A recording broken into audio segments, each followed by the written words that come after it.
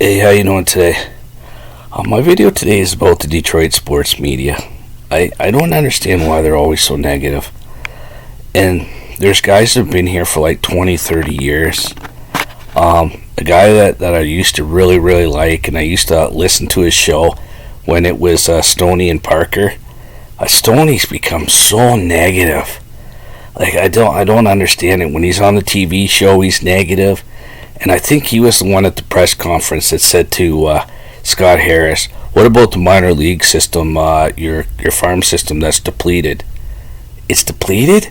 We just brought up 20 starting pitchers this year that were in our farm system. I mean, I don't know what they were supposed to do. Why come up and win 20 games when you're 2 years away from being in the big leagues and you have to come up and play in the big leagues because everybody got hurt? And Pat Caputo, I used to really like Pat because he knows a lot about baseball. But man, he's been negative as anything when he's on the TV show. Like, geez, I get it that some of these guys can make a living by being negative, like Parker was forever and a day. But geez, can we not have one guy in Detroit that can be rah for the home team and can be somewhat positive? Like, man, Art Regner, I'm so glad that he got a job with the Red Wings. I'm so glad because you know what, Art Regner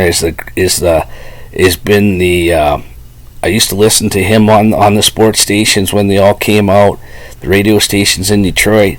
Art is a gem of Detroit. And he should be working for one of them so he can get a paycheck and he doesn't have to, be negative. Because when he was on the TV or on the radio station, they're always, "Oh, you're too positive. You never say nothing bad about the team." Why should he? He's getting paid to watch. He's getting paid to watch games. Why would you be negative?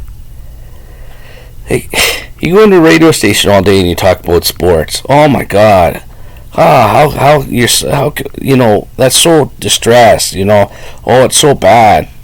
Jeez. That's a dream job to most guys who are sports fans. You just sit around all day and let's talk sports and then give me a great big paycheck. And all these people that are from other places, that they go there and they fail. Like the guy on the radio who failed. I'm not going to say his name because he's an idiot. That failed in New York. And so he acts like he's still in New York because that's all he talks about. It's all the New York teams on the radio. He can't say anything nice about Detroit because he doesn't want to be here. So why don't you go somewhere else? If you can't say anything nice about the teams that you're getting paid to follow, then you shouldn't be in the market. The other thing is the Detroit job is about as cushy as you can get because they don't ask anything of you. All you have to do is sit and watch ESPN, and when ESPN has breaking news, one of the Detroit teams signed somebody, all you've got to do is go and talk about it. Nobody in Detroit's breaking stories. Nobody's doing nothing. You sit and watch ESPN. That's all you're doing. I don't know what these guys have got to bitch about. That they are so unhappy that they've been in Detroit for the last 30 years taking paychecks. And all these guys are getting paid huge money to give their opinion. And they're still not happy. So, I don't know. I don't get it. I don't listen to any of the radio stations in Detroit because they're all jokes. They're all Detroit haters. And the show with Dan Miller, that show is starting to get to be where it's pretty negative too. When they've got the young guy on there, he's sometimes half decently good. That he's kind of a rah guy, a little bit. But, geez, Detroit needs to get some guys in here that are going to be a little more positive. All right, see you later. Hey, Chris Illich, I don't care who you sign, and I still don't like you. You're still not a good owner.